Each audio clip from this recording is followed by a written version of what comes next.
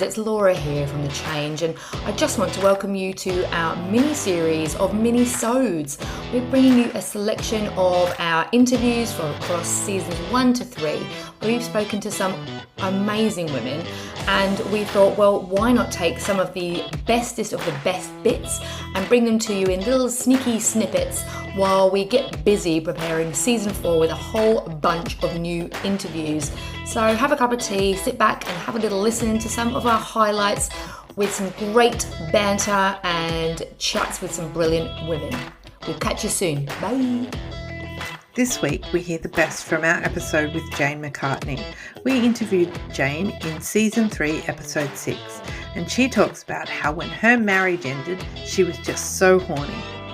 Listen in to find out more. Enjoy! You're a woman in midlife now and you are in your 50s and you look fabulous. You're into health and fitness. I know that from following on Instagram. And I guess I just wanted to ask you like a sort of general question about women and sexuality and sex drive after 40 and what you've noticed about it from, your personal experience, but also just from chatting to people like me who are just fascinated with the subject. So who's not? But like there's a whole range, right? There are women who have completely lost interest in anything sexy, and then you've got those that want to experiment and get a bit freaky in the bedroom, and they might be in midlife. And I guess what has been some of your learnings around this sort of sex drive, I guess, and especially for women in midlife as a sexologist and as someone who's been on a journey? Yeah, exactly. And I think you're right, Laura. For you and Cathy, you're probably you're kind of along that spectrum, right? And that's what it is. That's most of humanity, right? We're all on a spectrum of some sort with all of our various experiences. And so for some women, they find in midlife, whether it's due to physiological changes in their body, psychological or relational changes with their partner, or, just maybe something that they can't even put their finger on, they might lose interest completely. And that is completely normal, common, all of those things. But then you have other women who find that perhaps in their childbearing years, they really felt, oh, God, I don't want another person pouring at me. And so they might have lost their drive then. But the freedom as their children leave home, for example, they find it, they have a resurgence of this, beautiful sexuality that comes through for them or need for that sexual expression. And again, it's just a spectrum and it's unique to everybody. And so, I guess for my experience, that was very much grounded in that particular experience. I think I was probably always a sexual person, but I certainly wasn't, known for being, I'm trying to think of the right language to use, but, I wasn't necessarily out there or clearly, sexuality wasn't a big part of my identity like it is now. So that was just that unique experience. And so that I explored it in a way that made me realize this is an important part of my expression, my personal expression, but that's just me. But we are in a society that, because of sex being such a key selling tool for a lot of what we do, sex is very much it has an unusual place in our society that we use it to sell things. We use it to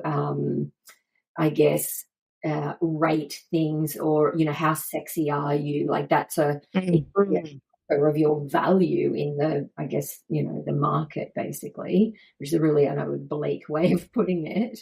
But that is the society that we live in, this Western kind of culture that we're in. And so that can make it really hard then when your sexuality isn't a big part of your identity, because what's your value now in this highly sexualized world? And that doesn't allow for the nuance of unique and individual experiences of sexuality. And that is particularly hard then for women as they do get older, because it particularly affects women. Value is in our sexiness, around sex value.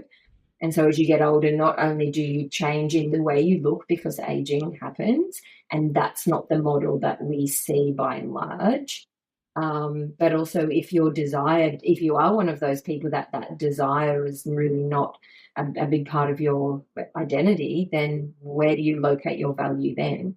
And that can be really, really challenging. But as I said, I have known people who have found the freedom of midlife to actually enhance their sex life as well in really profound ways. So, and that's nice to know that, you know, it's not all over. I think there's a lot of feeling when you get into midlife that there's a lot of things that are over, you know, and talking of an article that Cathy wrote previously about being invisible and that sense of as we age, we do become, you know, visually or physically invisible in society. And I think I personally have definitely really only noticed that in the last couple of years, in my mid-40s, that's really starting to, I don't know.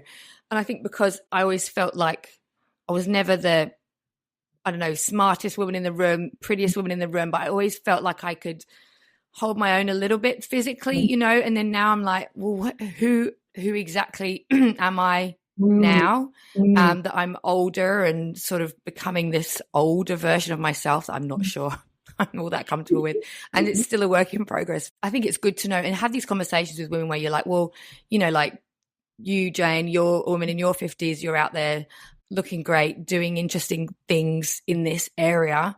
And this is part of what, you know, Cathy and I do on the podcast too, is talk to interesting women who make me realize that it's not all over if I don't want it to be, you know, whereas obviously some women are happy with that and comfortable with it, and that's cool too. But and I think like anything, I guess, you know, it's not to say that obviously as our bodies do change, it might have an impact. But, you know, for some women, when they're young women, they are so self-conscious. Yeah, so true. Another free part for older women, you know, if that's the, you know, the way, you know, you reflect and kind of present, that you can give up on all of that. Like, I don't need to suck my stomach in. I don't need to, you know, do this thing. I can just be this glorious. And if you've got a partner that will work with you around that, and a bit intentionality, you know, being intentional about that. And I know there are women that are like, oh, I would not be 21 for love or money now because I'm so freer in my sexuality. But then it does come back to, at an individual level, how do you prioritize that part of your life?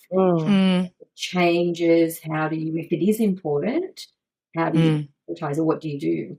So, and I think because we're all Gen X women, so we were all brought up by, you know, boomer mums, and while there was, you know, a sexual revolution and all of those things, and in that generation, I think there might have been a sexual revolution in that they could access birth control and more freely and things like that, but they certainly weren't talking to their daughters about it, and they weren't talking openly. So while we might change our minds about it, having those intimate conversations with our intimate partners about, hey, this is how I'm feeling, or this is how, you know, like I'm a bit struggling a bit, or like I don't feel sexy, or I don't, you know, and years ago, I can remember reading something that, like, I don't know, some phenomenal percentage of, like, our brain is our biggest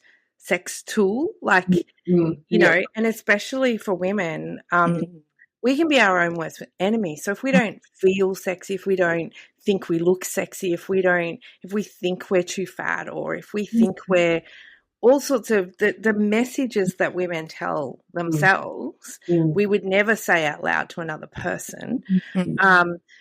But when we're saying those things over and over and over in our own heads, that can lead to a whole lot of turn off in our own head. But then to be able to have that open conversation, even with our intimate partners who love us dearly in everything that we are, and they've seen us, you know, I mean, they've often seen us actually giving birth, which is not the prettiest thing ever. Like, let's be honest, it's not a pretty sight. And anyone who anyone who looks at those post-birth photos of women with full face of makeup and all the rest of it, it's not like that for 99% of the rest of the world. So they've seen us in all of our worst, and yet to be able to sort of have that open conversation and go, hey, this is really, like, it's really, we still, I don't know, at least for me, I still feel like a little bit of a naughty schoolgirl going, oh, sir, have you got a rubber? You know, when you're asking, like, you know, when you used to ask the school teacher for, like, you meant eraser, but, like, of course, we were all being stupid because I went to a girls' school and we all thought it was hilarious to ask the teacher if he had a rubber, knowing that was another word for a condom, you know, like. But we are the 80s. Yeah. Well, exactly. And when you think, I mean, you know, a couple of the things that are kind of coming through in what you're saying, you think about, like, you know, patriarchy and then the shame that's associated with sex, which generally is connected oftentimes to some religious traditions. And, you know, not always, but that's definitely part of it. And there's a whole bunch of social and cultural kind of elements. And so that shame piece and the patriarchy that tell us that we need to look a certain way. And then sexuality, you know, as I said at the start, it covers so many aspects of humanity. We're too ashamed to explore it. We're too stuck in the, you know, patriarchal mindset of you're only fuckable if you look a certain way. That is a lot. It's a lot. And, you know, where do we take time to unpack that? And, yeah, I'm fortunate for me that my life sent me in that direction, that I've have actually spent time unpacking it in detail. But when does, you know, just every, you know, regular person who's not a sexologist, when do you to do that? And the intention that you can, you know, kind of unpack some of that, or with, you know, some support, professional support or whatever, it's possible, but it just depends. Like, life is busy. Is that a priority for you and your partners, you know? It's so true. Thanks for listening to The Change, a fully independent podcast. Whether you're seeking inspiration, curious about change, or just here for the great banter, we'd love you to make The Change your new go-to podcast. And even better, send us your voice notes or questions about change. We'll use them on the show. Email us at changepod2023@gmail.com or DM us on Instagram at _change_pod. Find us wherever you get your podcasts. And don't forget to follow us on Instagram for more on The Change.